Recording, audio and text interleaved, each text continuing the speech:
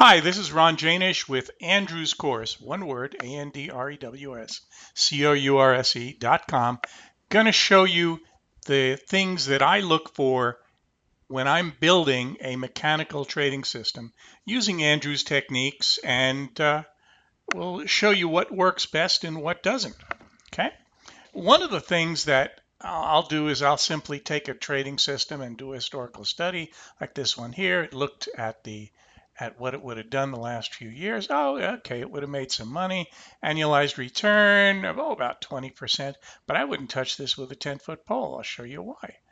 A couple things that really stand out quickly, and that the max system drawdown was about 28%. Woo, that's the moon. A bit higher than anything I might like.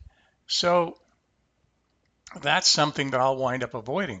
Another thing I'll look at is something called a Sharpe ratio. Now, in this particular case, it was almost 4, and anytime you get a Sharpe ratio, 3, 4, 5, or higher, that's usually pretty good.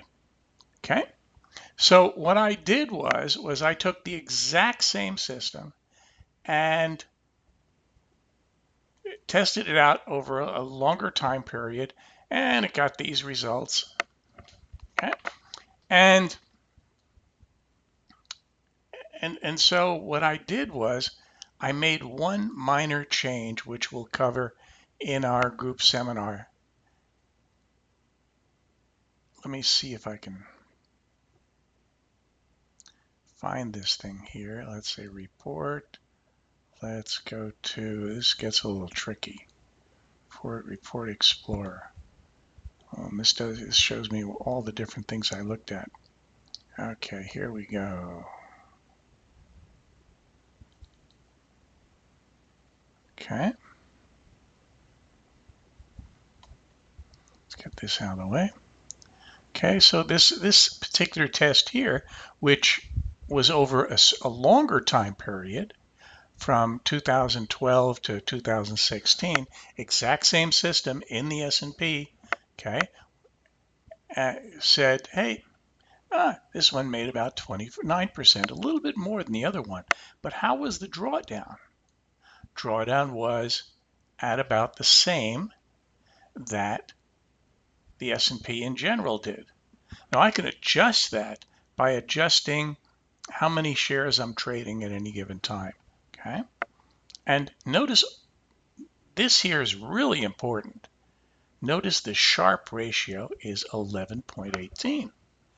That is wonderful because the Sharpe ratio, if you think of it as the comfort level in terms of results, the ability to produce consistent results. That's really what Sharpe ratio is about. So having a high Sharpe ratio like this number here is really, really nice. So what we did was we took it to the next step in testing. Okay, if I can get a 4-year study that'll show me this kind of result on a system that I actually developed for Forex, and we completed it over a year ago and put it on the shelf. The only thing we changed on it is what I call the fire exit, which you might probably call the automatic stop loss. Okay, that's the only thing I modified on it, and ran it for the S&P and got these wonderful results. So what I did was I said, well, wait a minute. Now let's take a look at, whoops. Here we go. We did the study for the last year. How did it do in the last year? Well, hey, I had a whole bunch of winning trades. Well, that's nice. But what was the Sharpe ratio like?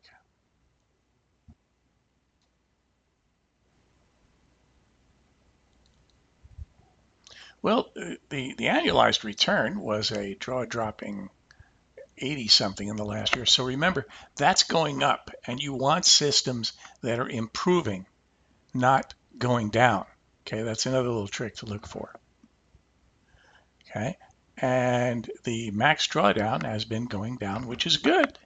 But look at the Sharpe ratio. It went from 11 to 18. That's pretty hefty. So that's something we like to look at. So remember, when you develop trading systems, look for ones that are improving in terms of performance. Okay, and look for ones with a good hefty Sharpe ratio. Okay? Also, when developing systems, remember, do like we do. Build a system, put it on the shelf, and then test it 6 months, a year or so later. Because this way, you're not peaking, so to speak. Okay, you're not optimizing and peaking and stuff like that in terms of seeing what results might occur in actual trading. Okay, so anyway, give that a try. Hey, I thank you for your time and see you next time. Or come on over to andrewscourse.com where I regularly teach the course and also develop trading systems in my spare time. Have a good day. Bye.